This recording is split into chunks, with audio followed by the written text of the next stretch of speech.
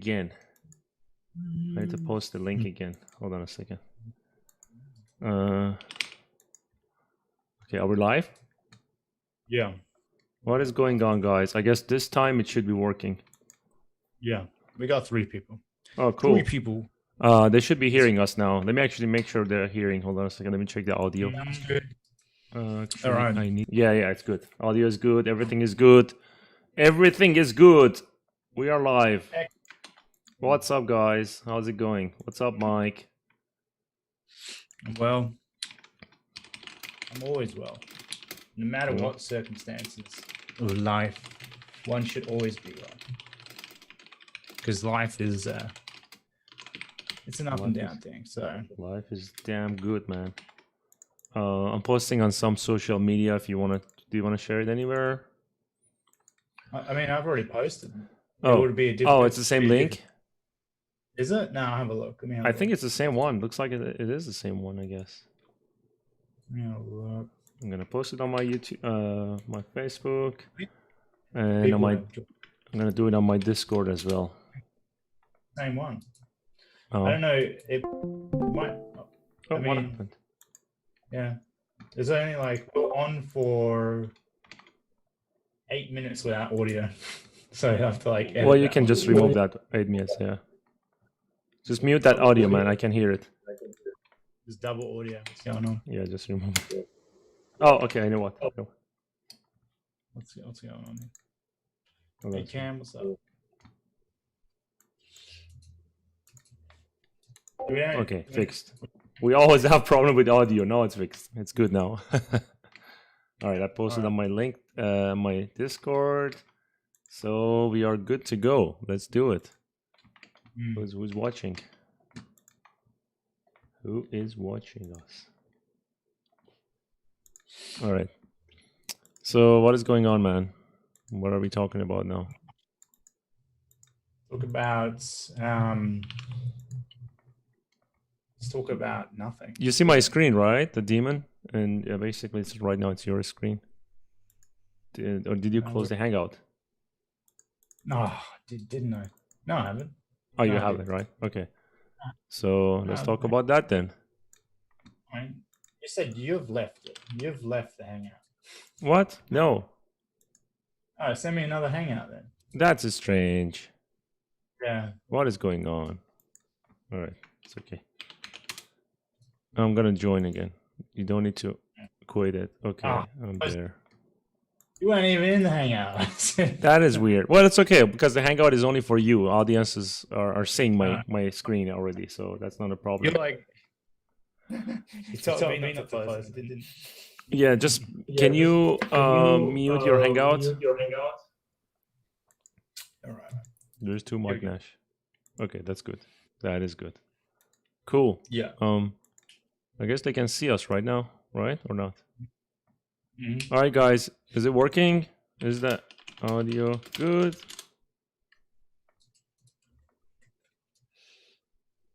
Should be. I don't see why it would. Or did you start another live now? It says live now. Okay, I see it now. Looks like it is the same. 9 is watching. All right, cool. Hold on a second. Yeah, 9 is watching. Yeah, all is good. So yeah, we were talking about teeth for this guys. For this guy. What was your question? I was actually trying to maybe mask it. Huh? Have a unique number of teeth. I don't know. Or make the teeth, certain teeth, bigger where they're not traditionally bigger. I want to mask it properly so I can just get rid of the... you play with the order of things. Yeah. You know, the painful thing is actually teeth is really painful to work on. Like it takes so much time to basically to do it. I think teeth are probably the one thing I don't mind working on. Yeah. I don't mind. I have hands. Yeah, I have a set of teeth for my own basically what do you call it? Like when I want to make something, I use that all the time. So, but this is like a demon. So you asked, what did you ask? You said we were talking about my podcasts, and then oh my goodness, this Zoom shortcut is the same as Zoom Zebra. shortcut? Yeah, it's the same as Zebra shortcut. So when I hit it, Zoom window pops out. Yeah. So That's a boring. problem. I mean, yeah, we're talking about my podcast and then about the teeth or this guy. People couldn't hear us. So let's just start from scratch again. And then we were like talking about politics quite a bit. Yeah. Yeah. Politics. That's Really, the one thing that we'll that's the one thing that I Really? don't like to talk about anymore. I'm done with politics. Yeah. It's just boring. I mean, yeah, it is. It's like watching paint dry. Yeah. It's pretty much the. Well, did I tell you that? So like, we like to live in aggression, aggregation. What kind of bloody say? What's going on? The aggression and aggregation. What the fuck? Okay, this is like you're being aggravated. There we go. Aggregation? What the hell am I saying? Aggregation. Aggregate. What? I can't say the full different one of it, but we like to sit in anger and being aggravated. Right? Yeah. There we go. Yeah. Awesome. And did I tell you that they did in the 60s or something? They probed people's brains, and what they did is, they probed people's brains and put electric kind of jolts into it. So you had the pain, you've got pleasure, you've got all these different areas of the brain that you can stimulate and test to see what people like, right? And people like most out of like even sex, right? They liked being angry and you know that one. They like being angry the most. And you know how, like you're saying, when you're hungry, you can go on hunts and things like that. Yeah. You get angry at the same time. Yeah. Humans are naturally aggressive. Yeah. We are angry. We like to always go towards those kind of emotions of being aggressive and things like that. And as weird as it sounds, I think we live for it. We live to be pissed off. Yeah, probably. Find an issue with something, ultimately, right? So if we are subconsciously... It's probably obvious from all the wars that happens around the world all the time. Yeah. We like destroying stuff. As much as we like building stuff, we like destroying stuff. Yeah. It's like we got to get angry at something, otherwise we won't feel whole with the world. Yeah. And it's like that, let's go hunting type of thing. I think when you don't hunt, it'll be exhilarating to go and get your food, for yourself, right? Yeah. That you can imagine, so. Well, I agree, so with this thing, I can lose some teeth or like modify some teeth or something. What is that? Modify some of the teeth, do something with it. Just trying to basically do it like again. I don't want to use ready teeth, so I kind of make it look different. Maybe, I don't know, because we have this habit. We create the same thing over and over when subconsciously we are not thinking about it, right? So I was like, maybe I should do it again. So I'm using this as a base. Let's see. Let's see if I can do something cool with his teeth. Actually, I don't know what I was doing. I was just listening to you and wasting time, basically. Yeah, you are wasting time. You are. That was wasting time. I don't know what I'm doing anymore. Oh, this is crashing. Huh? I listened to a really good audiobook yesterday about I can't remember it, but it's like neuroplasticity of the brain, learning behaviors and all that type of thing, and like visualizing your goals. And actually, there was a part of it where so what I plan on doing, what the book tells you to do, is actually go and record yourself saying that I'll be successful, I'll have you $10 million, I'll you reinforce these things, and then you play it every day at the start and at the end of the day. And you have to believe it. You have to say these things so you condition yourself to actually believing in those pursuits and those goals. Yeah. And so it reinforces it. And they talk a lot about, visualizing your goals, actually visualizing, like closing your eyes and visualizing it, and going through those emotions of, what would it look like to have a nice house, to have all these things, actually seeing. And like, I was watching, what was it?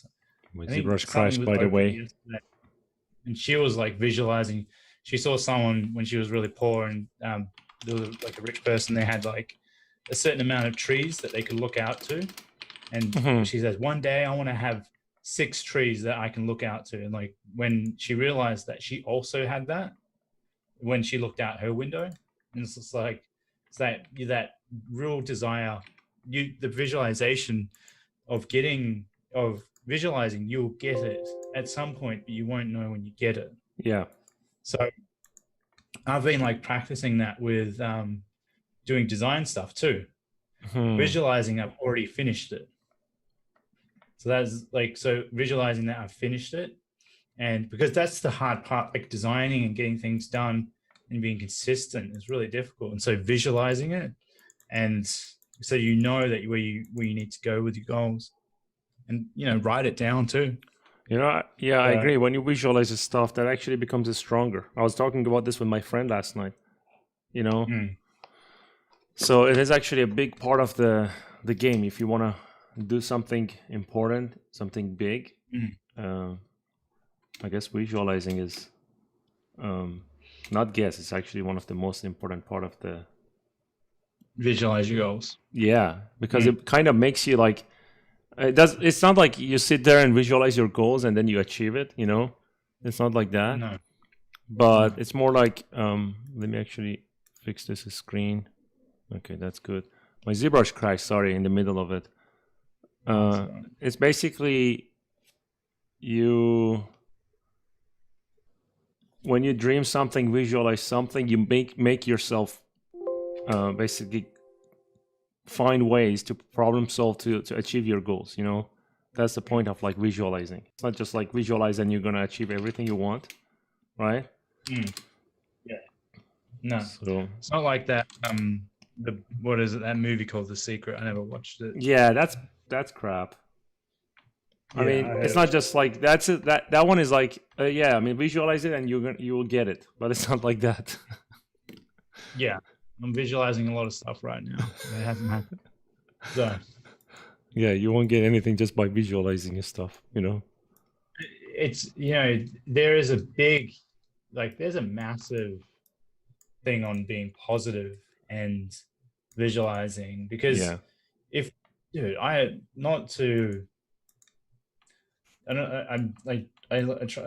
very much don't pass judgment anymore on people. Very much tell myself not to.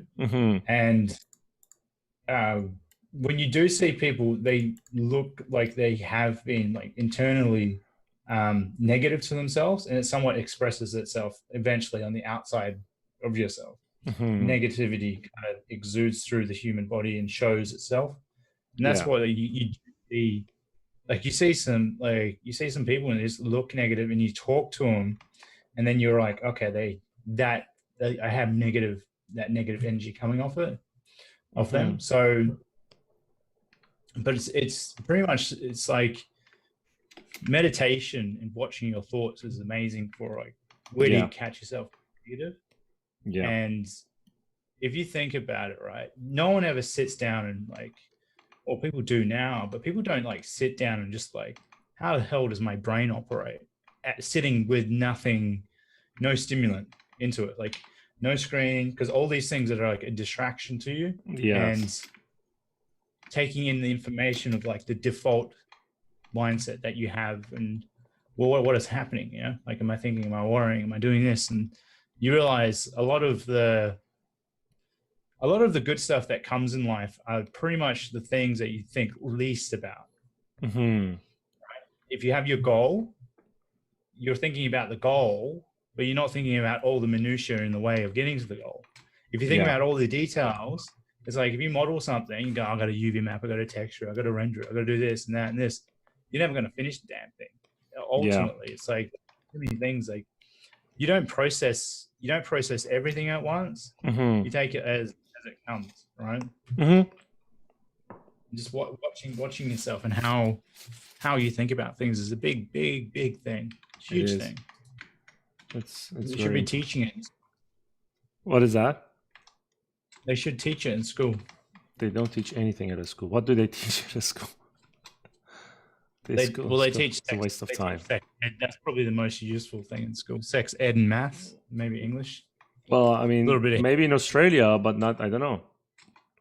No, I guess you have a better education system. Seriously.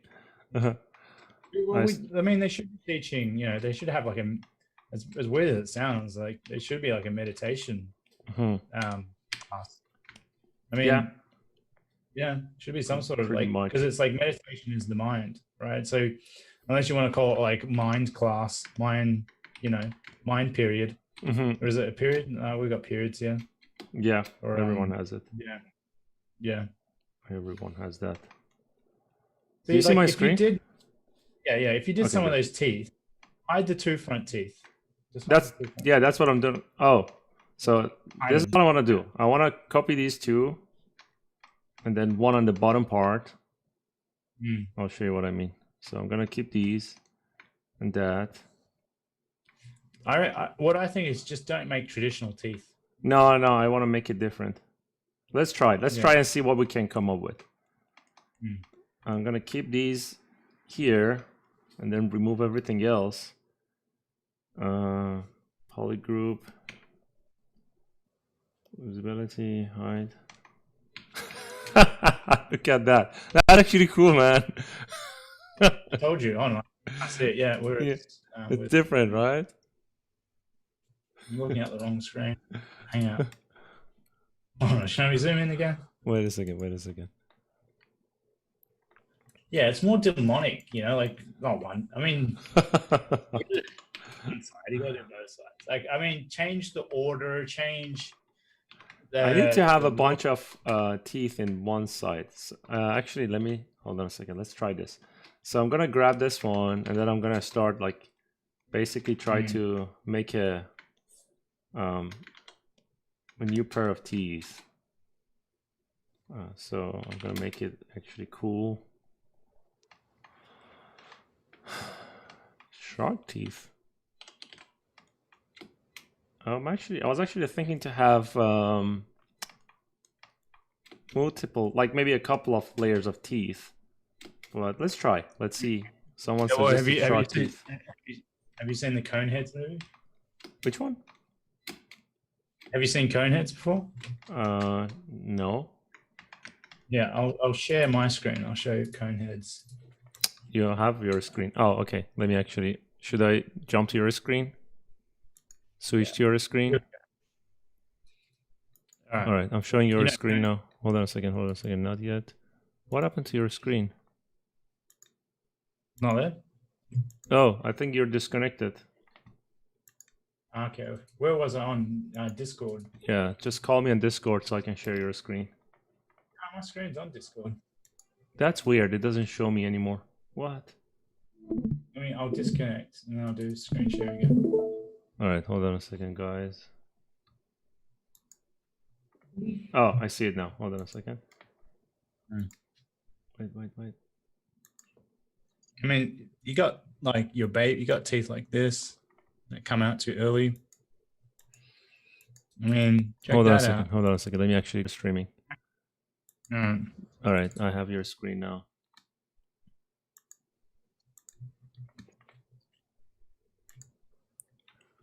I think we're live again. Are we? All right. Is it all good? Yeah, it's good. That's weird. Zoom OBS crashed for a second for no reason. It's too much load, maybe. Yeah, so can you see my screen? Yeah, I'm actually on your screen right now. All right. You never seen Coneheads? I'm not sure. Oh, these ones. Yes, I remember. Yeah, it's a great movie, and it's like really funny with the teeth. Oh no, that's too much. I don't want that many teeth. No. I want to keep it demonic, Just do. All I'm saying is just do something different. Yeah, let's Have try. some Let's fun. try. I'm gonna get back to my own screen now. Hold on a second.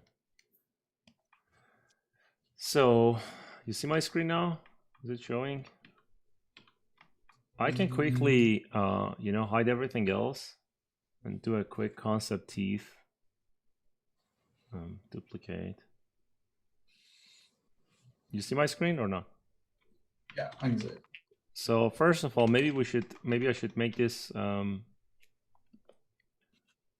think you gotta have it symmetrical with the count of the teeth. You could do some, irregularities. Yes. Symmetrical. Like that. Oops. It's hard to sculpt live and talk at the same time. Takes so much. I was going to say we probably shouldn't talk too much. I mean, do too much sculpting because it's like not much of a podcast then. Oh yeah, whatever. I don't know if people want to see sculpting or talking about design. I think we could probably do it. We could probably do like little bits, and Yeah, then we could do. That's good. Do talks, but I mean, maybe 10 people. Just do. I think talking might be. We can. I don't know. I think we can talk and sculpt. And should I unhide unhide the package? Well, it's huge. People don't realize how big the package was. Well, it's not a package knob. What is it? No, without your testicles, there's no package, right? Yes. There's just shafts. They're like, without a knob, do you really have a penis? You do have a package without a knob, like the definition. Yeah. It's like it's you could just hide the knob and then it's not too explicit, maybe. Yeah. Just like covering up nipples. It's like, hey, they're not naked. They have nipple covers. It's totally legit. Nipple, 100% legit, right? You know what I can do for the teeth? This is actually what I think I should do. Maybe I should concept it quickly. Just like let's say we want to have like a bunch of teeth in the front and then irregularities, like you said, right? And then just bring out everything like that. You know what I mean? Just make the. Someone's asked me a question. Oh? Someone's asked me a question. Hey there, have a question. What do you find better in XSI soft image for hard surface modeling versus 3ds Max and Maya? XSI purely because it's just streamlined. Working with the modeling tools is nice to streamline. Yeah. But it has to be a particular workflow that you need to do. If you don't do it, you'll be fighting the software. In XSI? Any type of hard surface with sub-D. But like I just think if you're going to do CAD-like stuff, you might as well do it in CAD. Like I don't see the point of doing Boolean. Oh, you could do Boolean operations, but I don't really see the point of doing it if you've got CAD stuff, because it's going to do a better job doing it quicker. So soft image, right?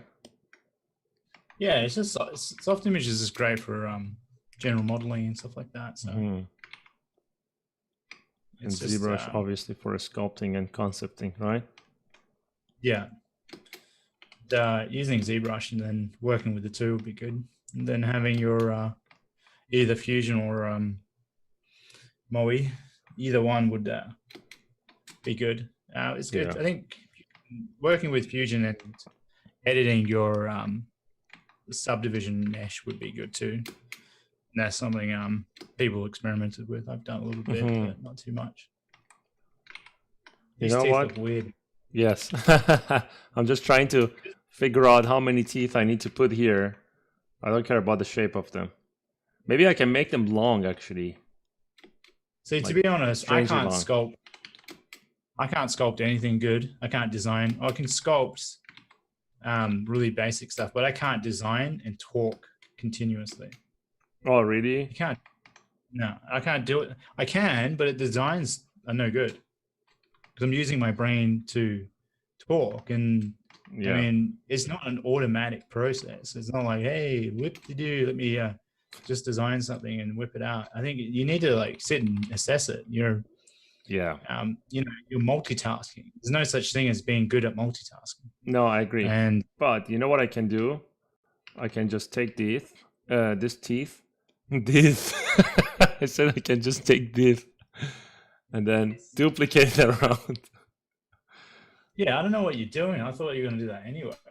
No, I was trying to see if I can find a better way to do it faster, but No, I think it's going to be.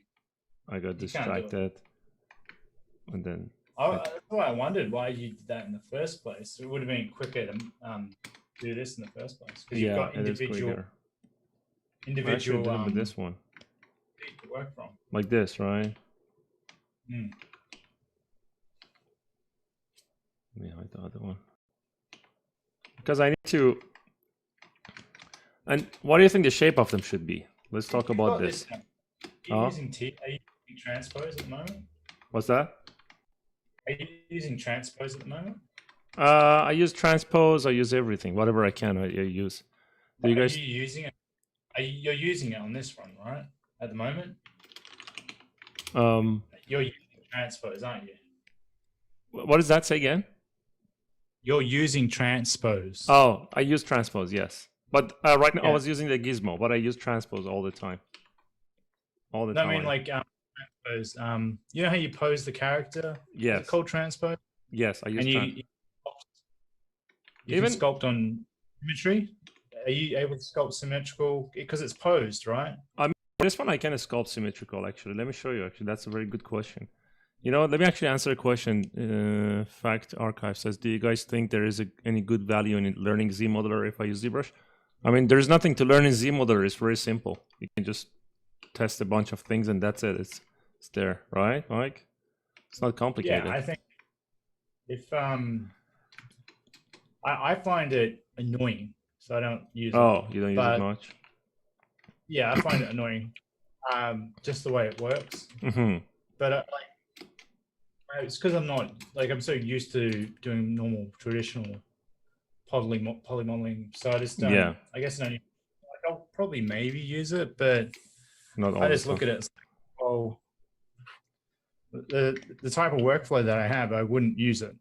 You know, if I'm going to do certain things, I might as well just move it into another package and start modeling that. I don't see.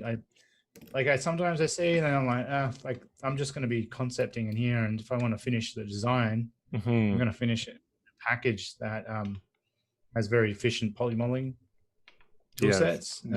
Point of struggling with trying to do that inside of ZBrush, because I think there's a bit of a struggle with doing it in ZBrush, a little bit. I mean, it's restricted. You know. I mean, I actually use ZModeler a lot. ZModeler. I actually use it a lot. Like, you remember you asked me how do you want to connect his tail to his body? For me, it was actually. I think it's actually important to learn it because it's very easy. So look at this. Like, do you see my screen? Yeah. So you see what's happening here? It's a messed up like topology. It's just like a mess around, right? So essentially, this was separate. This was a separate piece. The legs were separate. Like I did the tail. See, it's a separate piece. So if I want to connect this to the body, I can zero mesh this piece, right?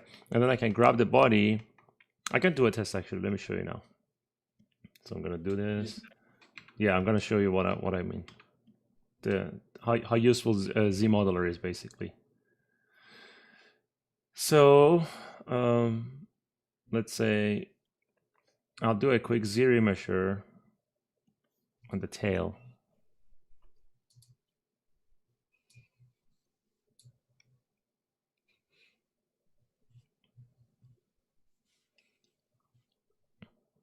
It's working now. All right, so now I have the tail, and then I have the body. Okay, like if I want to connect the tail to the body, first I need to have a hole here, right? Just something to cover this whole section. So I'm gonna grab that, hide everything there, right? And then I'm going to delete that section. Okay. Now I have these two pieces. I need to move this down because I don't want to ruin your YouTube channel. So I have these two pieces right now, okay? I'm gonna merge these two. All right. I hope this doesn't crash. And then let me actually clean this up a little bit. I don't need this section. Couldn't you just run a zero mesher on the highest topology with all this merged? Highest topology? Well, not highest. Oh yeah, it's not highest topology. Because you're using Dynamesh, right? No. Right now it's not Dynamesh actually. Right now it's just subject. Yeah, Oh yeah. It was Dynamesh first, so I did a zero mesher, and then I got this is actually a zero mesher geometry. It's very clean. Yeah. It's pretty good for a zero mesher, right? Oh yeah. So I think that's probably the best in ZBrush, to be honest. Yeah, and then what I do is like I do a zero mesher, and then I start I subdivide it, and then I transfer back the details. Well, look at this. Let me actually show you something. So the way I use Z modeler, it's a mess here, so I don't care. It's okay. I just want to show you guys what I do. Bridge, two holes, right? So I'm gonna bridge these. Look at that. Merge the tail to the body. Just as simple as that, right? And then now, and it doesn't matter because it's fine. Like that's all I need. Okay, so that's it, right? So now I can subdivide this, which a couple of times, and then I can unhide the body and the tail, right? Details are not there yet, but I can project everything back to where it was. Project. Oh, see, the method that I would do is merge the tail and the body and just do a zero mesher on that, and it will redo it. It will just in one go. That would work, wouldn't it? I'm pretty sure. Yeah, it could work. So actually, let me actually project again. Hold on a second. I mean, the way I do that, because I use Dynamesh to sculpt, I Dynamesh first, and then I zero mesh it, right? And then I transfer the details from Dynamesh to the new zero mesh model. The only thing is, because I had the tail, like I was designing this guy on the go, coming up with ideas. What happened to the live? Live chat still there. Oh, it's still working, so it doesn't show on my end. Oh, it's back. So on the go, I actually come up with new ideas. By the way, this is still projecting, so if you guys be patient for it. On the go, I come up with new ideas, and then I start I was like, maybe I should add a tail for this guy or his package, basically. So I kept them as a separate geometry because I'm constantly changing this.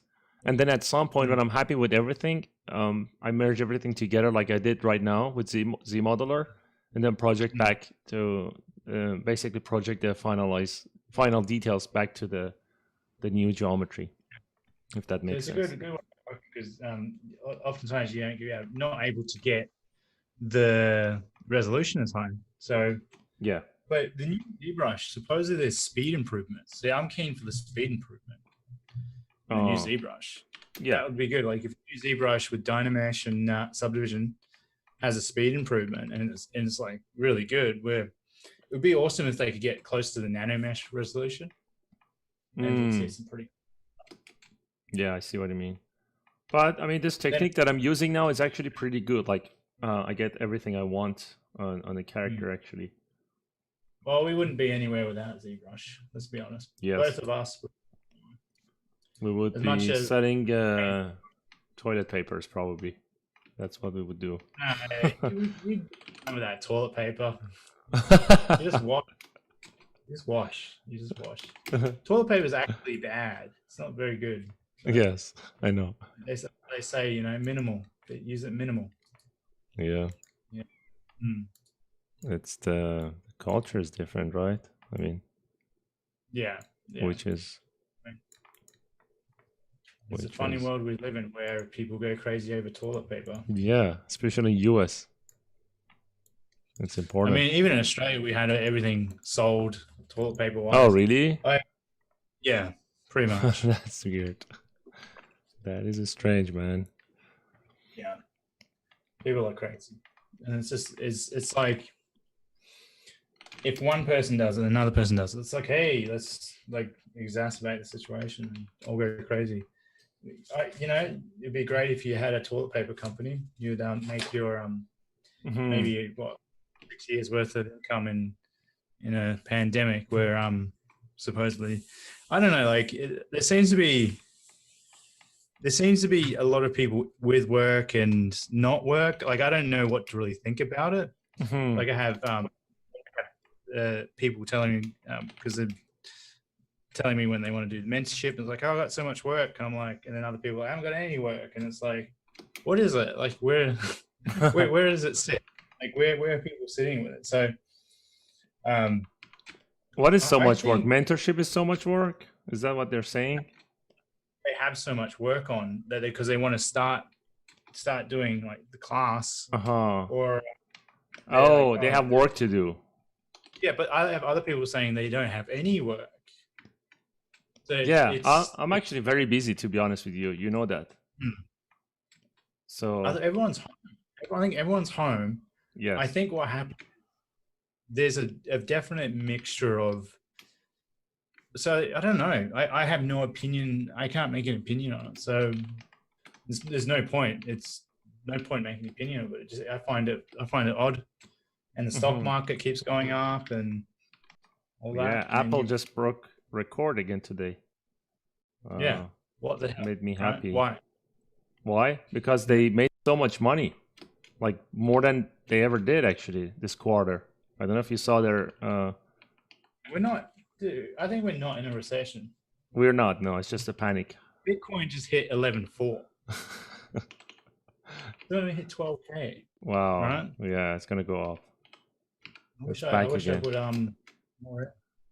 You wish you put more? I wish I bought more Apple when it was $200 in March. Yeah. Yeah. And I look at it today, I'm like, I'm stupid. I didn't buy enough. You know? I mean, if you get swept up in that little pump, you probably get washed out anyway. What is that? It's if you get swept up in it, like ultimately, you just put little bits in. You can't aim for anything. You got to not think about it. Yeah. And whatever price it is, it doesn't matter because it's like you haven't got that money anyway. Yeah. It's an illusion. Until you actually cash it, you do have it. Yes, that's true. That's true. So you have to essentially emotionally detach. Otherwise, you'll Do you want to share anything? Sorry, I stopped you. You feel happy when it all goes up, and then when it comes down, you feel sad. So I mean, let's look at you have to like really have no connection with it. Otherwise, it's like you constantly taking drugs and being like, oh, I'm gonna go up and down, up and down, up and down, and you're gonna be a mess at it. So you have to detach. Who cares where it is now? It matters where it is in 10, 20 years when you actually want the money. Yes. Otherwise, it doesn't matter. That's actually how I invest, right? Let's share a bit of your screen because I want to take a break from it to make my mind work better. This is something I'm doing tutorial. Let me share. Hold on a second. Mic screen. All right, go ahead. I'm sharing your screen now. Yeah, you sharing mine? Yeah. You were talking about investment, right? So, I mean, you don't have anything until you know. Actually, what's interesting? People panic when the prices go down, and they start selling. It's just weird. Like it's just the opposite. When you lose money, you shouldn't sell, and then when it goes up, they don't sell. When there's blood in the street. Yes. Isn't it weird? Like when it goes up, everyone is like, "Yeah, let's keep it, and then when it goes down, they're like, "Yeah, let's sell it." Well, the question is, like, let's say with Bitcoin in this instance, do you sell it now? Right? I mean, it's at a record high for the 2 years, I think. So do you sell it? I mean, No, you could be you don't sell selling it. it. The thing is, you never sell it. Does that make sense? Yeah. Why sell it? Because you want to keep it forever and ever and ever and ever. Well, I'm not going to keep my stock forever, right? If I have kids, then obviously I will pass it to my kid. But I think to your kids though, it's close to. Your kids might keep portions of it. I mean, generally, let's not forever. That's good. But what about like Tesla? Let's say Tesla's or SpaceX, right? What about those companies? Like they're going to be space companies. Do you think they might fall behind and become like kind of like prehistoric in the whole realm of producing, rockets and things like that? They could be, and they just fall off completely. So maybe, yeah. But yeah, this is a project that I'm doing at the moment for a tutorial. That's pretty cool. I don't know. I'm not going to really do any modeling because I can't think and model at the same time. But I'll just show my general stuff like that. But it's just meant to be something quirky. I think, there's too many serious designs, robots, and all that crap. And I find it personally boring. So if we can do things that are different, why not? Like, why not? Why not have fun with things? So, yeah, definitely. I'm just like, I thought I'd make this thing because I saw Ashley Wood did a, well, it was a real person, real legs. I was thinking of doing that, but then it'll be like a cyborg. So, yeah, I don't know. I thought I'd play with that. But yeah, it's pretty cool. Who knows how it will end up? It'll look better posed. I think if I even test pose it. Let's have a test pose of it. So if I move this leg. It's hard to talk and work at the same time, right? I hate talking. I don't get anything done, really. I can do some stuff. Yeah. But designs like this, I can't do it. It takes too much of my brain. I can't actually make anything. Like, the thing is, I can do it, but I don't want to compromise the design. Willing to compromise. I could do it for something else, but let's be honest, I'm not compromising this one because then if I do, I stuff it up. That's why it's hard to teach, because when I teach, I actually have a class tomorrow, so tomorrow morning. But when I teach, I have to do the work and explain at the same time. Yeah, it's really hard. You do compromise. You compromise. Yeah, the quality is not exactly. Oh, that's pretty cool. I like what you're doing. Yeah, I'm just giving it a test pose. Everything comes together when you pose it, believe it or not. Yeah. Same with my character, right? The pose is actually what makes the character look awesome. And it will come together at the last moment. Yes. Like, see, now once I've started posing this, I'm like, well, maybe it can rotate like a turret, right? Yeah. So this is where design. This is where I say, like, I actually go, you need to test pose your stuff. Because look at that. That looks different now. Like, let's say if it's a turret like this. So it's even more, dynamic in essence of what's going to happen with it. It's like when you see your designs in a game, you're like, oh, I didn't think it would look like that. Right? Yeah. You didn't think it would do that. How did you come up with this idea? Ashley Wood had a chick. He painted a painting of a chick with a gun on top of her torso. And I was like, I like that idea, but I don't want to take that and just make it. I want to modify it. Mech. And the thing is, like, I could have made this more mech, and it's slowly becoming more mech. But if you look at it, you're like, well, maybe I don't want. You experiment with hiding certain things, and the thing is, it is what it is. It is a chick's legs with a gun on top. Yeah. Either I can not hide that fact and embrace it with a big ass, right? Yeah. And like, either I just embrace it and go with it, and then people are like, okay, what is that? That's interesting, right? Because either if I'll cover it up and I'll try and integrate it and make it like this thing that's integrated with legs and make it really clever and all that, where it's like now it's just robotic legs with a turret. So then you make it boring, like then it's boring. It's all so realistic, and you've just ruined it, and you've legitimized the design. And I guess what I just don't care about legitimizing this design. Do you have a stories ridiculous. behind your robots, or you just make them? You just care about the So design side of it. This one's just probably expressing sexuality. Oh, Why not? that's interesting. Yeah, just expressing sexuality. So I like women, and that's just me expressing it in my art. So it's like Steven Spielberg. He likes women, he expresses it in his art. So it's just an expression. You see a lot of artists do that. So yeah. But yeah, I guess it's like tougher, making it tough, making women tougher as well. It's like, hey, look, this turret is coming for you, and it's like it's going to break the perception of should you attack it, should it, like that's what I was thinking of, a story behind it. And I was thinking, okay, how would a male perceive this thing, this drone like thing coming at it? It's sexually provocative in some ways, so it's sexually distracting, and it's an odd thing to have, like if you lived in a ridiculous world where engineering was very much easily done, you can make ridiculous things like this to fight wars. That's very cool. You know what's confusing to me? I mean, when you make this is art, right? But like the thing that I made, the demon that I'm working on, right? I had to censor his front part because everyone is so sensitive about it. It's just art. Like as an artist, I need to understand anatomy and do everything. And I actually figured when you do everything on a character, then you are actually making a real art. That's why people in the Renaissance time, like Michelangelo or other artists, they actually did the full body, right? And it wasn't a taboo at the time. It was just art. But now we get more advanced, and everyone is becoming more sensitive to these things. Like you cannot post it anywhere if you do it like that.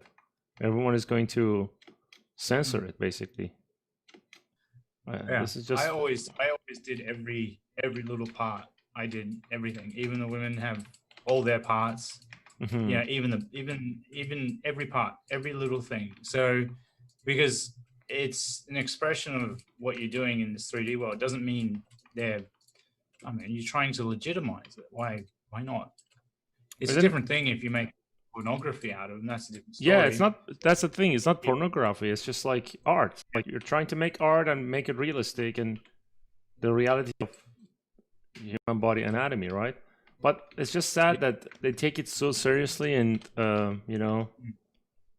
they start judging it and label it with different stupid stuff.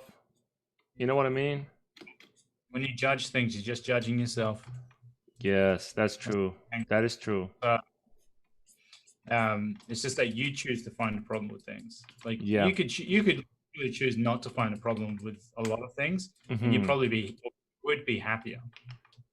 You would be. You just like you're not wasting. Like you can become judgmental out of the fact that you're insecure where you're expressing your art. Like so, that's what I find. Like when I was up and coming, I'd be very judgmental of other artists. And that's not a way you sit in. I think a lot of people are like this, and you're wasting time on this judgmental attitude. And you can just be working with whatever you've got, and you work on your stuff. Just work on your stuff. Who really cares? But you know what's sad? Like you cannot share it. Like if you post this, like if I show my full character and we post it on YouTube, it's gonna affect your channel in a bad way, basically. Yeah. But in fact, it's just art. I'm designing a character. This is what I don't understand.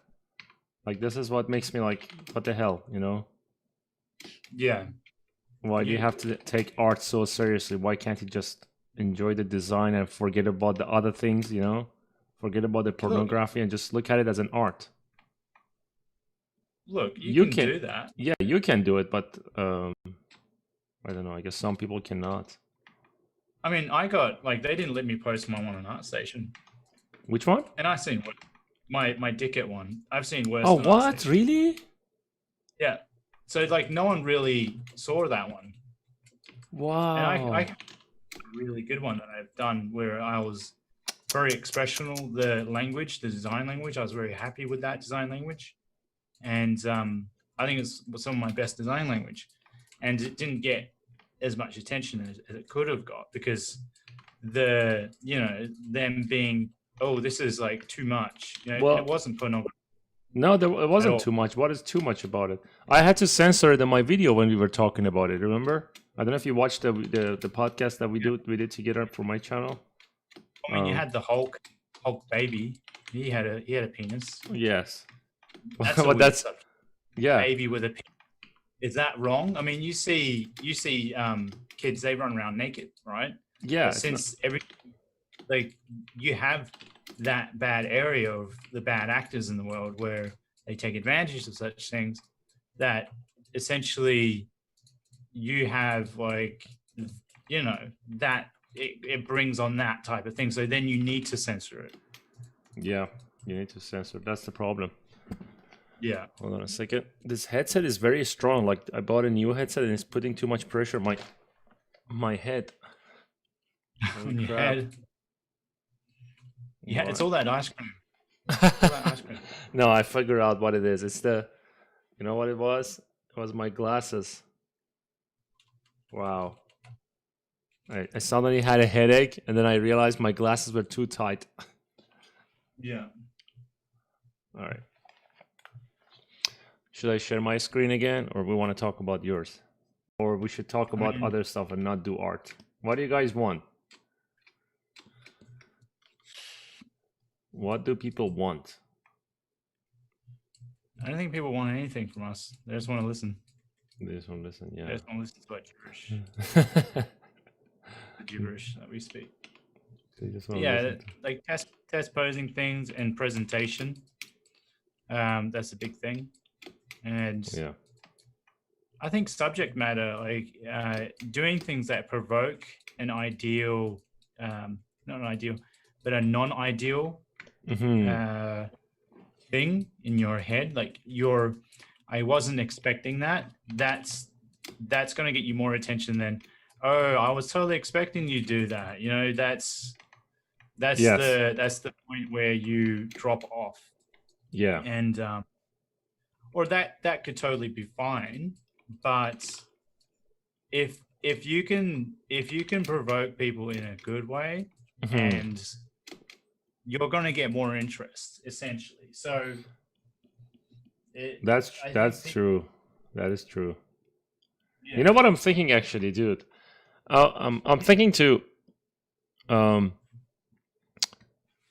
basically, when I'm making art now, I'm thinking to make everything as real as possible. Like I don't care about if they judge about the like full naked monsters or whatever, because I feel like like when I studied the art from Renaissance time and that period, it's just everything is, they pay attention to every detail. David the statue, for example. Why no one is censoring that? What was that? Who? David the statue from Michelangelo. Yeah, no one censors that. You're right. You're totally right. You know what I mean? Where's all? Yeah. Where is it? Yeah. Why not? Why not that one? Yeah. It's just because it's like, I mean, I don't know. I think the world we live in, we've become too PC.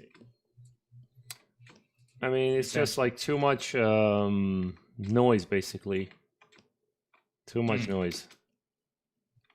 And I don't care from now. I want to do whatever I want. I don't care what the society says. I don't care what the other like art association says, or if they don't let me post it, I'm gonna make a website and post it there. Because I feel like when you find your audience, people are gonna come and check your work no matter where you post it, right? And imagine, like, if you're true, if you're real, then I guess you'll find your audience to come and buy your work or check your work, right? Yeah. Yeah.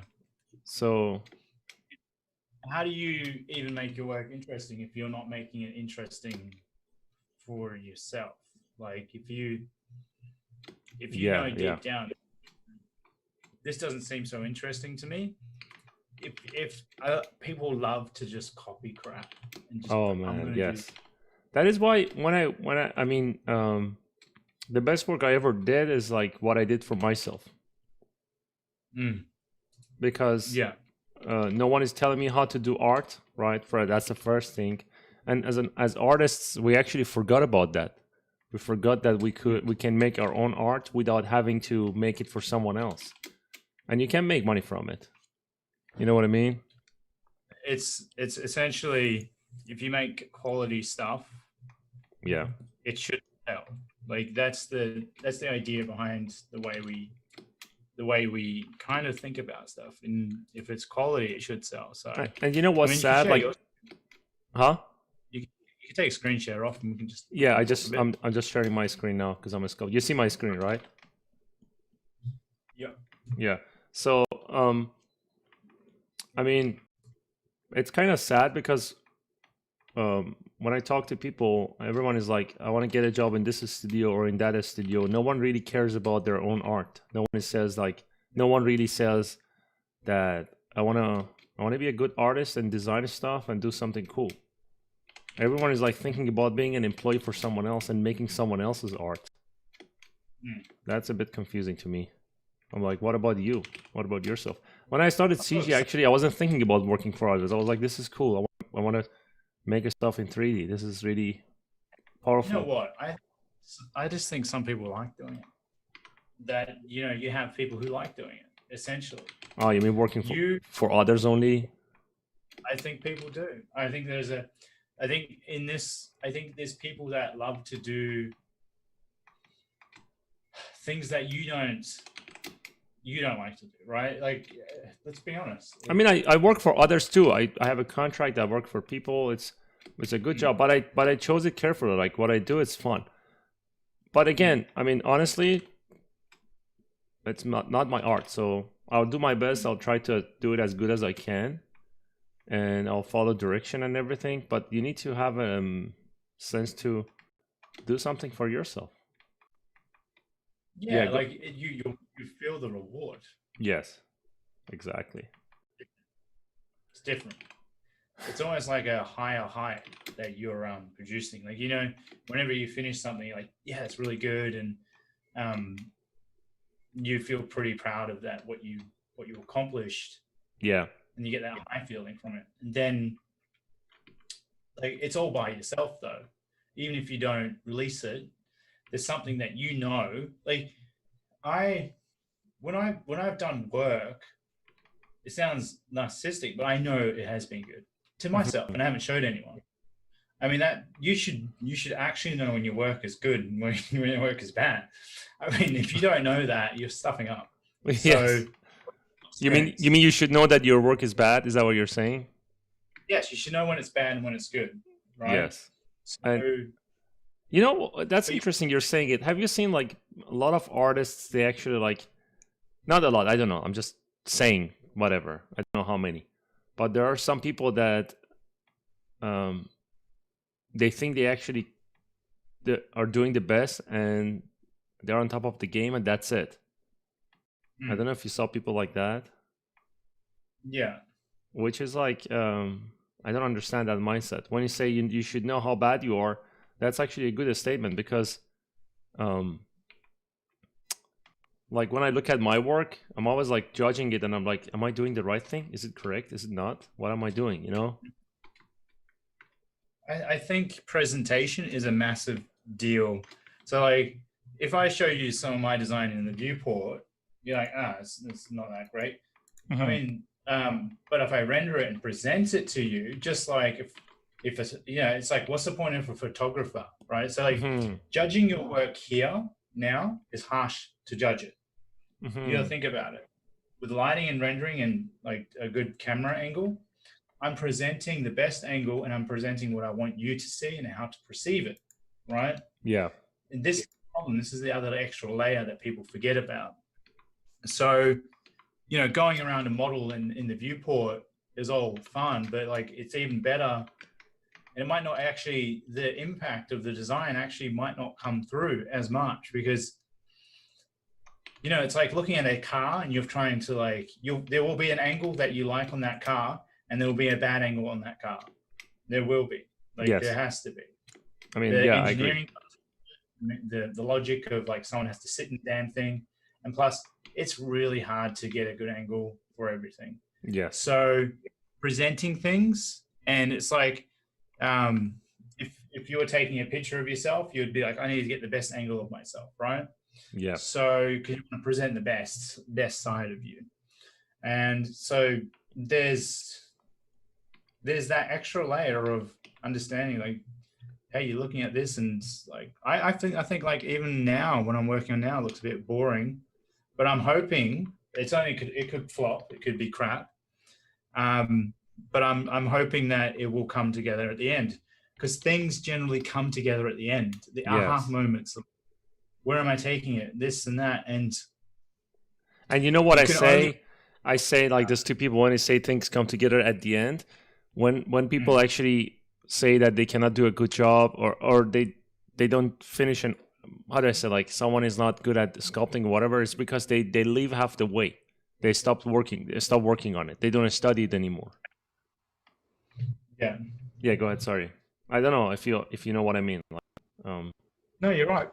I think you are right. So like if you're leaving too early, like I could leave the one I'm working on, and that would be not artificial, but it would be premature to leave it, because yeah, I'm not, I'm in a day, like a day into it, done a day's work on it. And so that would be too soon to realize, because like you realize things after, give it a couple of days, give it 3 or 4 days, then you start yes, to, it's like an accumulation when you work on something.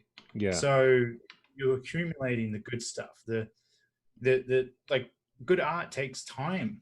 And like it does take you don't time. just like I mean, there's a point with this is different. It's going to take time. You have to deal with all these different parts, but maybe you can paint and you can lay down a brushstroke and make it look good. But this is different. I think digital art, there's no quick way to do it at the moment, and Yeah, you you see have how to much time manage. I'm spending on the teeth. Like I see people are trying to finish fast and say I finish things in 2 hours, whatever. Good work actually takes time. It I takes mean, you've so got to much time. position all the teeth.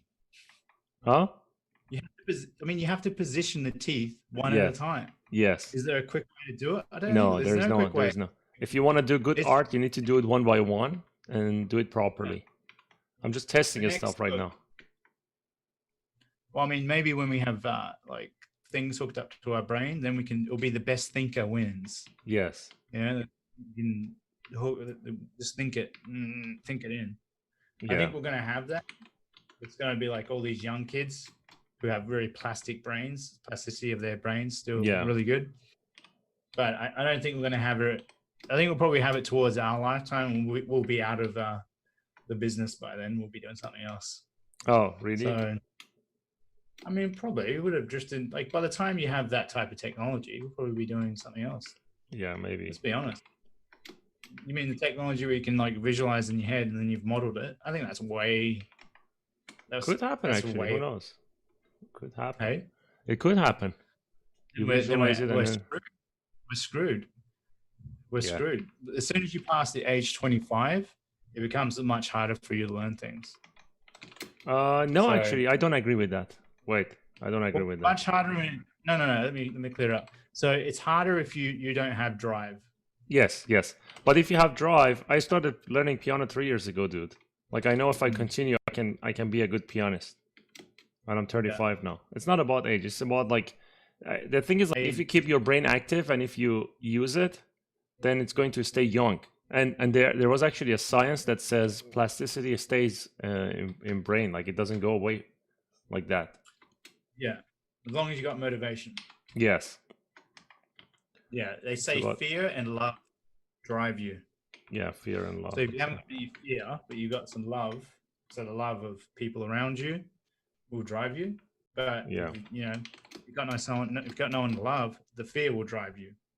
So I mean, you better start doing one or the other. Yeah. And I think ultimately people will have fear. Drive most. That's what drives people. Most in life. If you go towards everything, it's like David Goggins says, he goes towards what the most fearful thing. That guy's a good example. Yeah. you go towards all your fears, it's where you grow, right? Essentially, that's the growth spot. And doing so, it's like, yeah, it don't feel good. It feels like crap. But who, as soon as you feel comfortable, then you don't grow. So Yeah, it's as soon really as you how it feel works. comfortable, you don't grow. That's true. Yeah. The thing is, you know what I say? I always say this. If you want to grow, you need to put yourself under pressure. Good things don't come easy. Mm. You know, it takes Yeah. time to develop a skill. It takes time to make money. It takes time to build your free future. It takes time to make a business. It takes time to make a portfolio. It takes time to make art, and it's all painful.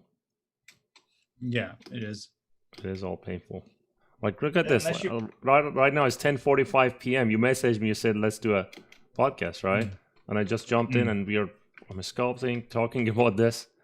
I mean, the way I do it is like I force myself. I'm like, yeah, let's do it. Let's do it.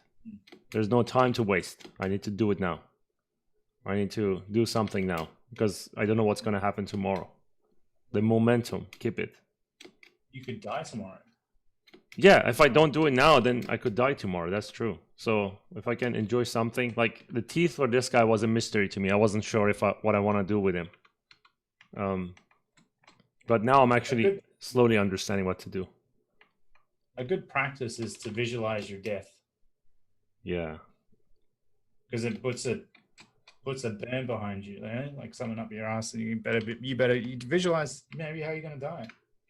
Yeah, when you be sleeping, you just drift off. But at some point, you're gonna die, and like you better get stuff done. Yeah, So you better get his stuff done. Live life. Like if there's a person that you want to talk to and you're shy, you think you might be judged by them or whatever, just do it. Go towards your fear. You don't. Whatever you sit and you think about, that's your anxiety. You know, actually, what's interesting, that's good that you're saying it. So there is this saying, I don't know who said it. If you are scared to do something and if you don't do it, there's zero chance that you're going to achieve anything, right? But if you do it, there's a 50% chance that you might get a positive result. That's a pretty good chance. I'd take 50%. Yes. So if you want to message someone for a business, if you don't message, if you say, oh, he's not going to care about me, I wouldn't do it. So let's not do it. So you're actually losing the game even before trying, right? Or if you want to talk to someone because you like someone, you want to get in touch with that person, and you're like, this person is never going to like me. If you don't do it, basically you lost the game. But if you do it, there's a chance that you will get the business, you'll get the person that you want to talk to, right? Yeah, exactly. So hey, Siamak, I'll be right back. I just got to pick up something from the door. All right, cool. I'll be right back. I'm gonna sculpt for people. Are you guys watching?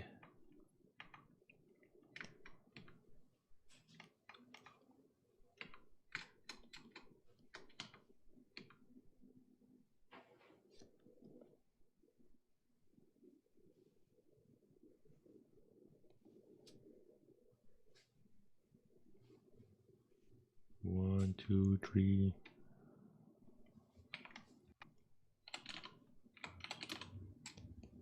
Do you guys have any questions until Mike comes back? No.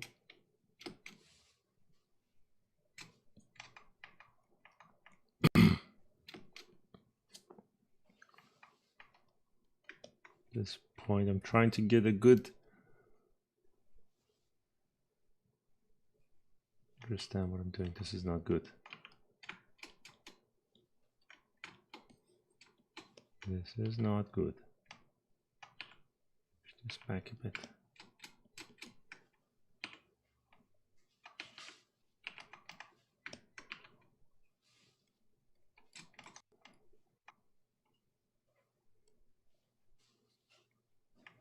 No, I don't use a Cintiq. I just have a Intuos Pro. I don't like Cintiqs. Cintiq is too distracting. It's covering the whole screen. It's hard to work with it.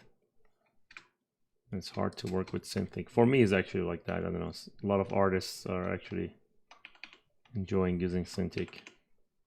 I don't. For me, it's too distracting because I don't want to see my hand when I sculpt. Mike is coming back, guys. Just hold on a second. I'll sculpt something until he comes back.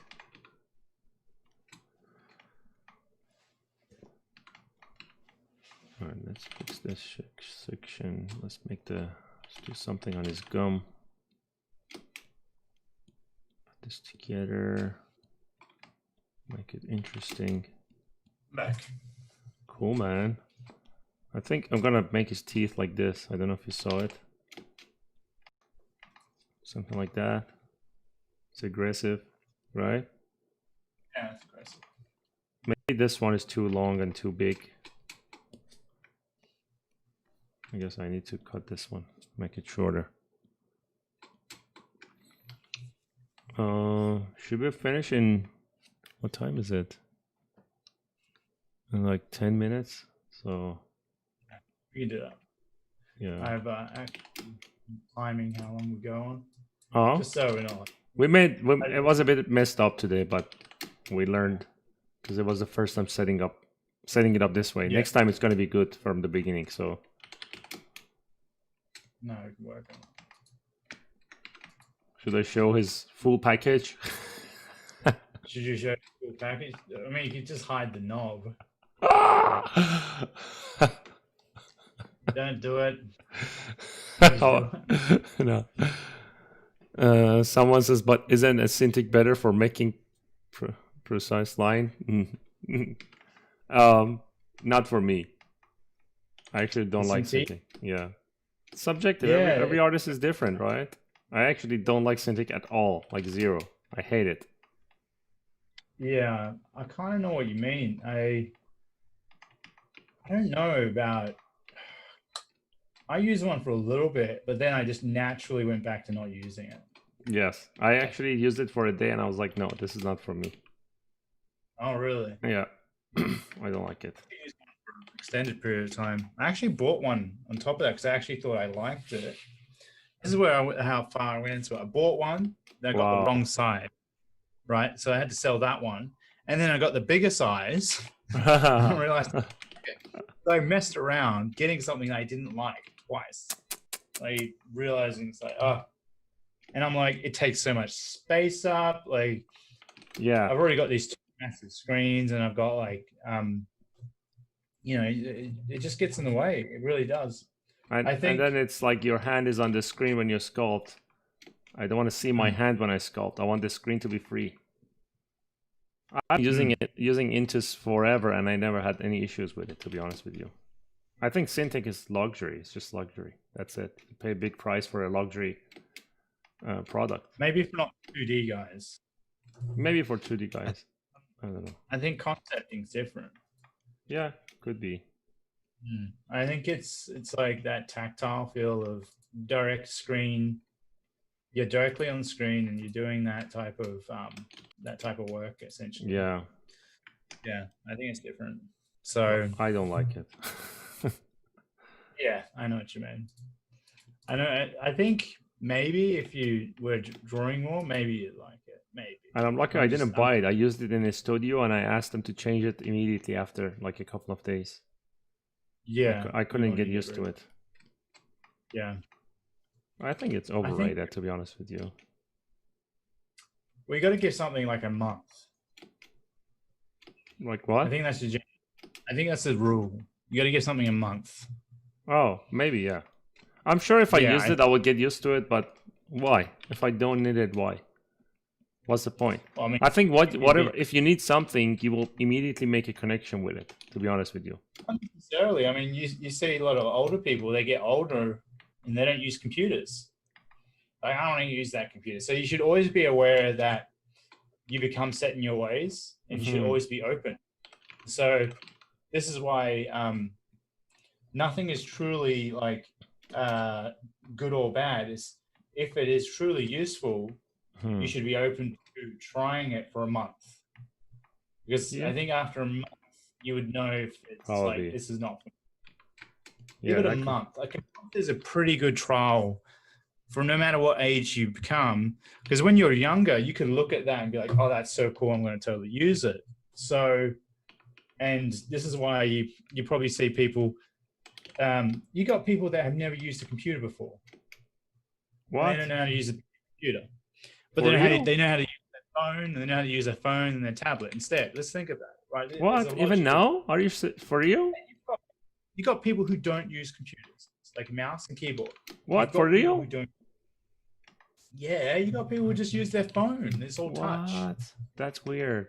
Yeah, I that's why you should never be thought about.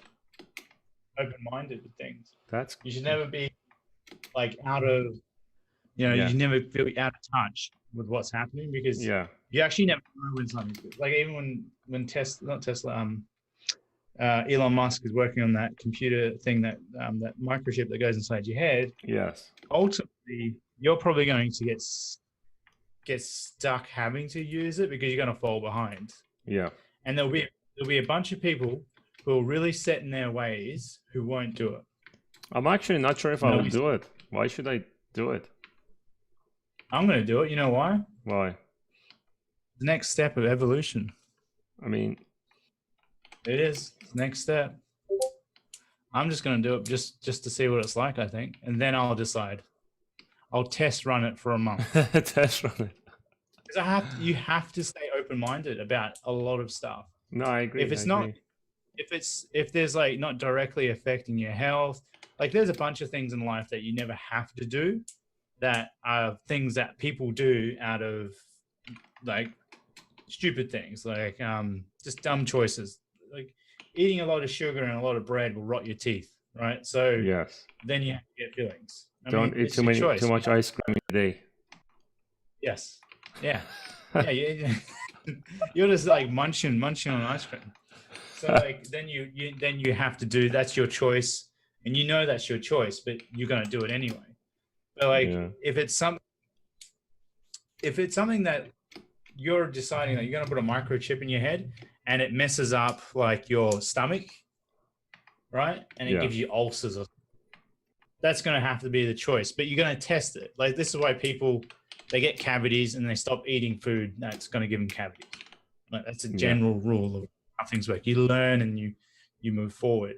So I'm sure that like technology will come out and it might cause something. It might cause like people to be emotional. I'm sure it might do something, but it can actually improve your eyesight. So, and you could be able to be telepathic. What can improve your eyesight? I think the way it's like it can improve your eyesight. I'm not too sure how it works. Oh, you mean the chip? It can improve your eyesight. So if you have bad eyes, it can improve that. Really? He said that? Yeah. Elon Musk said that? Yeah. Wow, that's interesting. So think how many people with their eyesight. Like fixing your eyesight naturally is like the hardest thing you ever try and do. So people give up on that.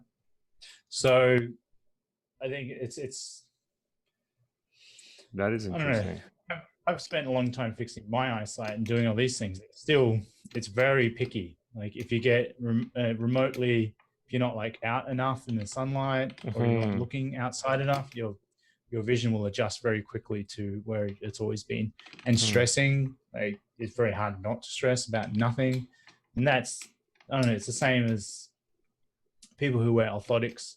Like I've worked on fixing my feet and getting my arch back, and damn, that's been like the hardest thing to ever do, is rebuild a natural arch in your foot. And this is why people go off and wear orthotics, because it's like way easier.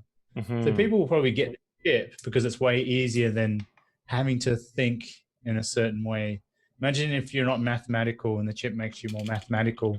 Yeah, that'll so be we're going to cool. have a lot of, we'll have a lot of these weird things where it'll be like, what happens if you want to be an artist? It makes you more of an artist, but it comes at a cost. But you know what? I mean, in that case, studying may not even matter anymore. That's interesting. It probably won't. Right, so you may not even need to study anything anymore. You can be good at anything. So that means we go back to like primitive ways of like being athletic, because athletic would be you have to build your Well, strong. you So don't know. Maybe that chip can do something to change your brain, and then you'll become athletic as well. willpower, Yeah. willpower. I mean, willpower is a brain, like a thing that it's like if you're in the gym and you're trying to do something, it's your willpower and what you tell yourself. Mhm. You're positive. Like if you sit there, it's like when someone's going to tell you, you can do it, and then you can do it. You know, Yeah. so it's just that they've eventually spoke to you and convinced your brain to finally push another rep, Yeah. and you don't know what you're made of until someone's yelling and motivating you. Yeah. I'm actually playing ourselves because I'm projecting details. It's boring for people to watch. But that will be interesting, man. Like, I think you got to be open-minded. yeah. Yeah, you do. I think that's you. Just to remind yourself, as you move on with all this technology, you will Mhm. become more close-minded. So you need to be more and more open-minded. You have to do the opposite. Go towards the opposite of what. Because like learning things is like there's resistance. So if there's resistance, there's going to be resistance to accepting new things too.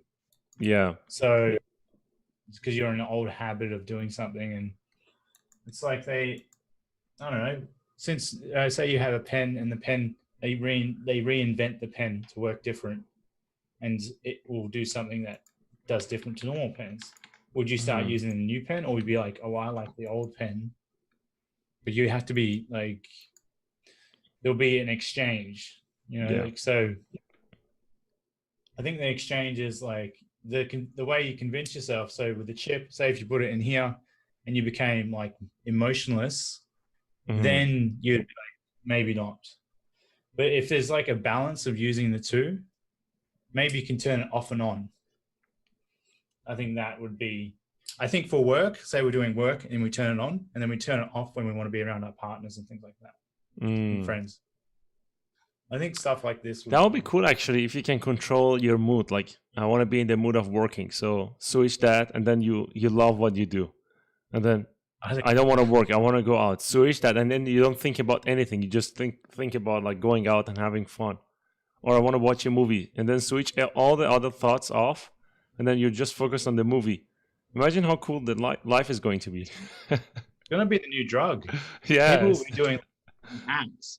There'll be like certain hacks which are illegal. Just like where I told you, when they had the people and they probed their brain and they stimulated certain parts. Like people will be stimulating the sex part of their brain all the time, and then people will be like going off and taking drugs because they'll stimulate that part, and then you get people really depressed. You're like, man, I've got a hack. I can get an extra bit out. You know, like I can get you even higher. I can hack your brain, and people will just be sitting there like that, and just being out of it. So that will be interesting. It's all coming. Thinking about it is actually scary. It's what we don't expect it to be. I think you know what it is. Our expectations will probably be either nothing, like we won't reach them, or it'll be a way above. Yeah. So it'll be a funny thing what happens. I think it essentially, like, I think we're going to be surprised either way. Yeah. I mean, you're going to have to move on with the time. You could improve your eyesight. If the chip does that, I will use it. Yeah, you'll do it. You know, actually, I was good without glasses when I was working. I usually didn't have my glasses on when I was working just 8 years ago. And then now I have to put my glasses on when I'm working as well. It's because you wore them all the time. Probably, yes. Bad eyesight. And you know what's interesting? When I remove my glasses, I can see like everything is the right size. Everything is cool. It's just like an actual life. So I don't wear it all the time now. When I work, I have to put it on, and then when I go out, when I drive. But when I'm around the house or doing something, I just don't use them anymore. I think bad eyesight. There's a lot more. I think it's a lot of stress around having bad eyesight and degeneration. Which, if if you're not that old, you shouldn't be having to like wear glasses, to be honest. So I'm meant to wear glasses, but I'm not going to wear them because I'm just making my eyesight worse, and then I have to Do you live in drive? tops. Yeah, I can drive. So Without glasses? I don't find. Yeah, I can drive without them. That's cool. I don't find it an issue. If I am, maybe nighttime will be more difficult. But okay. if I'm relaxed, my eyesight improves. You have to. The thing is, like, people are not relaxed, so they tense up, and that's your whole mindset needs to be relaxed. Like they were saying, like having a bad back can be a mindset thing. Because you can tighten up, and it tightens you up. So like people who live in anxiety and stress, they can have a bad back, not from like postural imbalances. They can be balanced, but they're so stressed that they actually end up popping their discs out. And sometimes people, even with popped discs, don't feel anything. So like stress and your overall mindset are pretty important. Wow, I remember like my glasses. Now I cannot even see the text on the monitor, which is bad. Like I could see without the glasses. Really, yeah, it just made it worse. I agree. I might do actually surgery to fix it at some point. No, don't do the surgery. It'll mess your eyes up. You'll get dry eyes. Oh shit! Yeah. Do you want sandpaper in your eyes for your life? No. Oh, really? Is it like that? That's what it feels like, sandpaper in your eyeballs. You can go that bad. Don't do it. I was going to do it, but I was like, nah, I'm not doing any of that crap. I'm going to rely on my body, and whatever happens to my body, and then I have to accept it. That's interesting. What I'm working on is changing my mindset around my eyesight and not squinting. And so when I sit, I can test it. So I can sit at the computer for a long period of time. And if I'm stressing my eyes, one eye starts to work more than the other. It takes over because I'm stressing, I'm looking. So like I'm not relaxed. I'm not mentally. Yeah. And my eyesight, I can feel my eyes tighten up, and I haven't like stretched them a bit. It's like I look up, down, and around, and I stretch them, give them a workout, and I can start seeing the second image when my left eye click. It takes in the image a little bit more. Because relaxing and using your eyes and stretching, it's tight muscles don't function. Your body doesn't like to function being tight. But it's the hardest thing to do is to relax. Because if like you absorb all your parents' stress, and then whatever can happen to you in your childhood could stress you out, and like behavioral things, squinting is not a good thing. Your eyes don't work when you're sitting and squinting because you're taking the job away from the muscles. Yes. And so you have to relax. Like your body works in a relaxed state. It's automatic. You can have really bad behaviors. Like you see people like squinting one eye and you're doing that. So that's not how your body works. It just works as it works. So relaxing that's your number one thing to do is try and relax. Yeah, music helps me to relax when I play piano. Yeah, I mean, if you really want to improve your eyesight, with your glasses, get some glasses that are weaker and start wearing them, and you can actually pull back. Yeah, it's called progress. I can't remember what it's called, but people actually improve their eyesight. They actually, if you look it on like YouTube, there's a practice of people getting their eyesight back by wearing weaker and weaker glasses. It is really tough to get your eyesight back. Like I've only had like for maybe 5 to 10 minutes, I've had really good eyesight. Like my eyesight is clear all of a sudden. I'm like, whoa, what happened? And it's because I'm really relaxed and I've been outside a lot. I've been looking and stretching my eyes, but it is super hard for your eyesight to come back once it's a bit gone blurry. And that's something I've worked on, but I'm not giving up on it because like I see what's happening with you, your eyesight's going to get worse. So as soon as I start wearing glasses, well, I know where the path will go. And that path is eventually you'll get cataracts too, because of the pressure of, cataracts is the problem.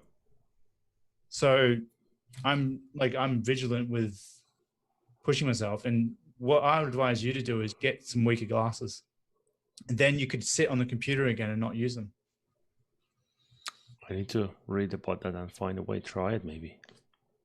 Yeah, you can just ask your. It'll be a weird thing to ask your optometrist, but go, can you give me one 1 week of glasses, then you start wearing it and your eyesight will get stronger, and then you can progressively push it back. I can't But believe it was almost a year ago when I did my eye test. I need to do it again. Wow, time flies.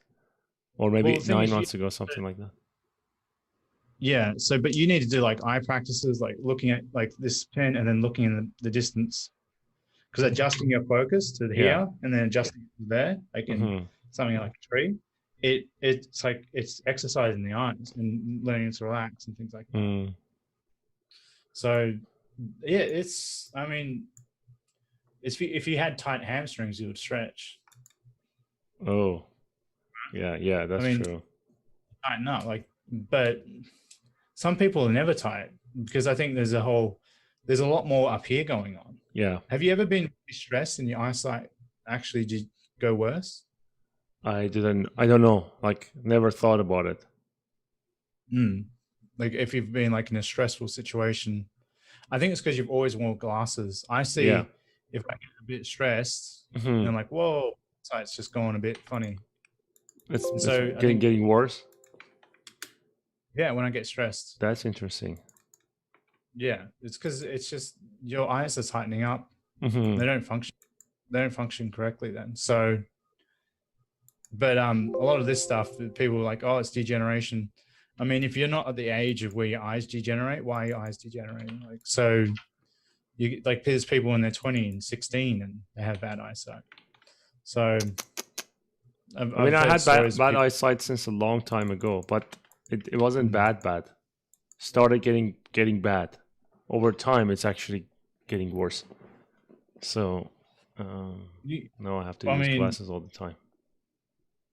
You wouldn't know if you're stressed, though, would you? Because you've always been in your body. Yes, I don't know. That's actually one of the questions that I have. I don't know if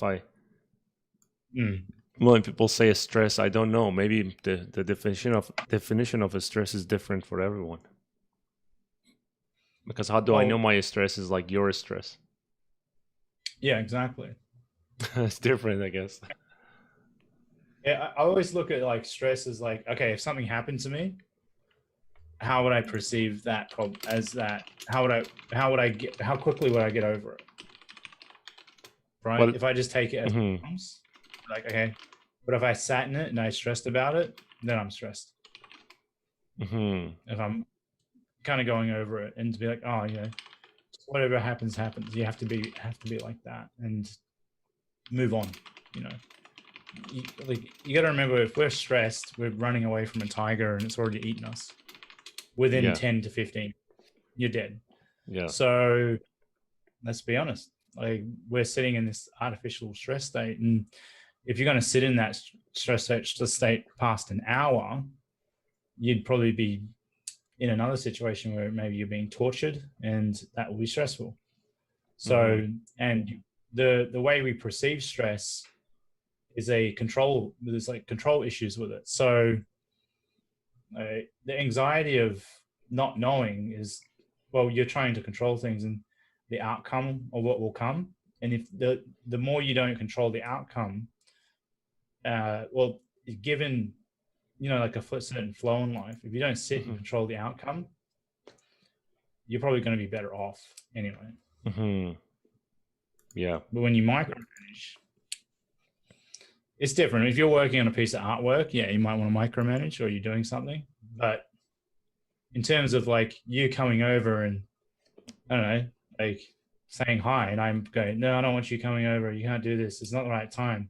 If I just let you come over and say hi and do all that, and I'm sure you'll be like, yeah, you could go. And it's like just trying to predict everything will stress you. Maybe you're doing that too much. Do you try and trying what? Do you try and like go and think about what's happening, or are you just got your eye on the prize? I actually think more about what's going to happen in the future and how I can change it. Oh. That might be causing you anxiety. Yeah, it does. Well, you can change it if you take the right step, but sometimes I think about when I, fixing problems, like when I try to build something, I'm like, how can I do this? Like, for example, like learning how to compose music. I constantly think about it until I learn how to do it. When I do it, then I don't think about it anymore. You know what I mean? So that's the thing. Like when something is unknown to me, that probably causes anxiety to me until I figure out a way to know everything about that thing. But you would say as soon as you sit at the piano, that's when you're only able to apply yourself, unless you're pre-visualizing how well you'll go, which would help with your performance.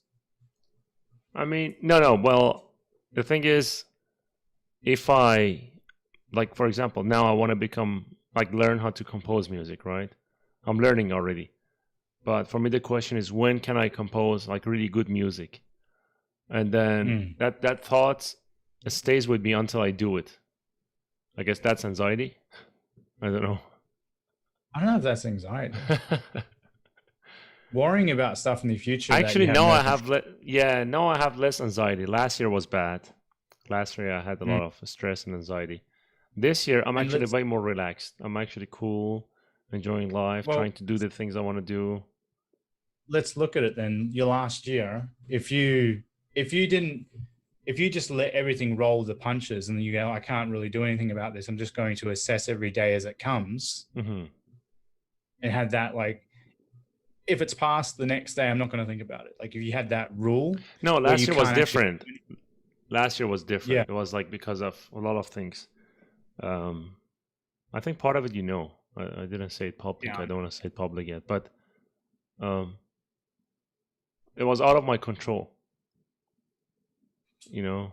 And I wanted to change my future, the situation I was in, and I knew I can do better, but I was stuck in a place where was constant blaming and adding a stress for no reason. And then I was like, at some point I was like, what am I doing? Why am I doing this? Then I changed everything. Right? Is that when you surrendered? No, is that when I actually said I'm gonna move on and do something different, change my way and go towards what I want to do. Well, and then the anxiety went away. Huh? Well, in a way, the anxiety went away because you literally just gave up on whatever that maybe was. I didn't give up, right? I didn't give up. I'll tell you later about it more. It's just like, I took a different path, and I took the path that I always wanted to take. And that actually was a relief because I finally got the courage to change my life. Right? I mean, I always wanted to build something. I always wanted to build my future.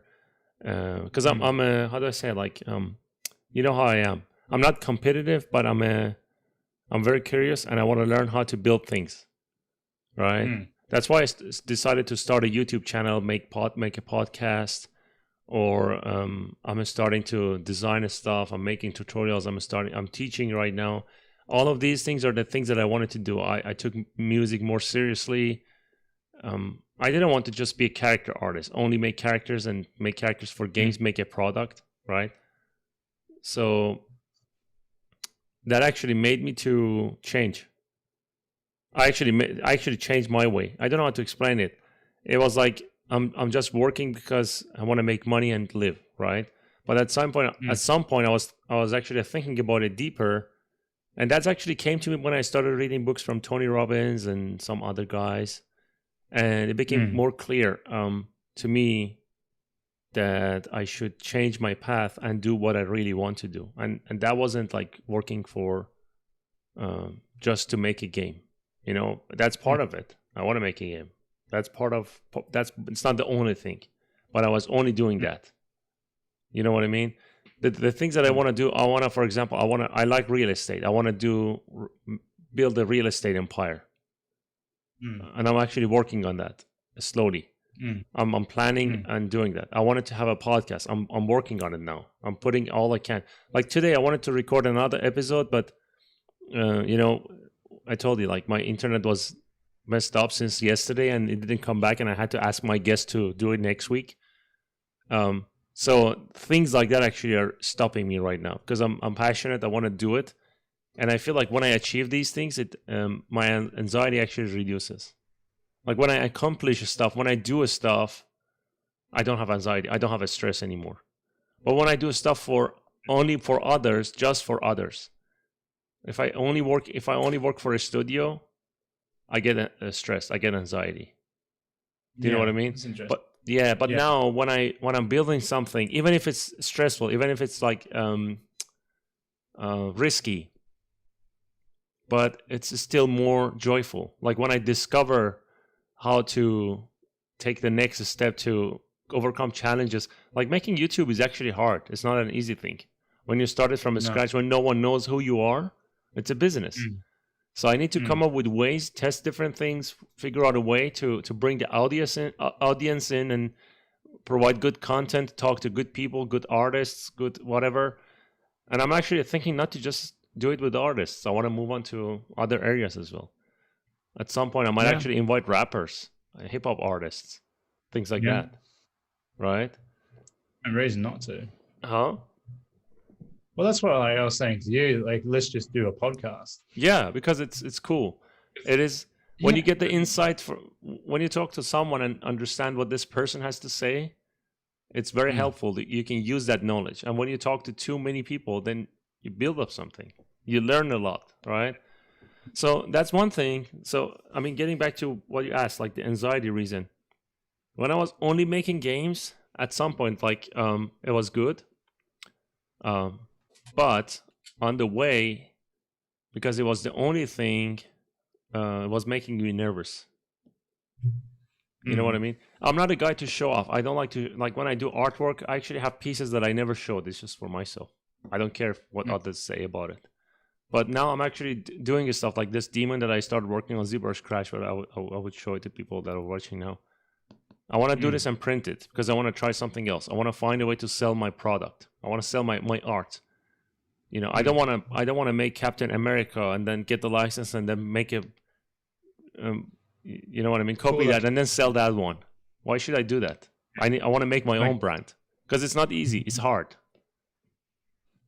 Yeah, it is hard not to ride the coattails. Yeah, so like you're riding the coattails of all these franchises, and it is actually easy to. I can pay $20,000, right? It's first of all to me it's a waste of money because it makes my job easier. If I pay $20,000, get the license, Captain America, sculpt it, and then print it, and then make a nice product, it's gonna cost money, but it will sell eventually. But people don't even buy. People don't even do that now. People just make it. Yeah, they just make it, exactly. So, but here's the thing: if I like the character that I'm designing now, right? This guy with the big package. If I print that, they might buy that. Yeah. I mean, there's some artists they might buy it, right? Or the demon that I made last year, the other one.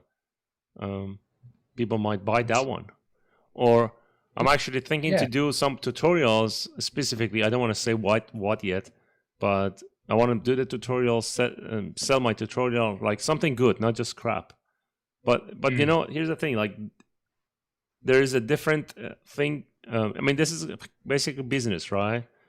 Doing something and selling it to public, providing value to public directly, right? That this is a different. It's an unknown thing for me. It's not unknown anymore, but it was, right? So. That's why I'm like, when I learn how to do things, do something new, I actually get rid of the anxiety and the stress. You know, probably keeps you not thinking about the anxiety of whatever could happen, and if you're going towards your goals, you're keeping busy, and that's why you should always keep busy. Yes, and and I see progress every day. So when I see progress, that's actually a good sign for me to keep moving. Like even if the progress is small, like when I make YouTube videos, when someone is messaging me and saying, "Hey, your video helped me a lot," or someone says, "Hey, I love this podcast episode because I was thinking to work in this studio and this guy gave me so many," like I receive so many messages like that now. Even I don't have so many subscribers yet. I'm sure it's the same for you, right? Yeah, it's definitely you're seeing the people are actually going, "Hey, thank you for doing this," and yeah, hey, you know, when you provide value. value. I mean, Yeah. you feel good from hearing the things that you are doing that are like giving back. So then you keep doing it. So if you're people saying, oh, that's just like, why are you talking about this stuff? That's blah, blah, blah, and all this stuff. So I think essentially doing these things will be rewarding in the end. It might not be rewarding at the start because everything takes a while to get going. So, but that's like doing a piece of project, like a certain project. It's not so rewarding when you're working on the project. You'll get more rewarded as the project moves on. Mhm. So this is why a lot of people don't finish anything because they never push things and or just keep on that track, keep prodding along. So, but yeah, I think we're at 2 hours. Yeah, I let's think it would be finish it good. out. Yeah, we don't go with like the 1.5 hour mark, the Yeah. 2 hour marks. I think 1 hour and a half is good, but we started late. We'll make a better plan to do it earlier at some point. Yeah, we can do it.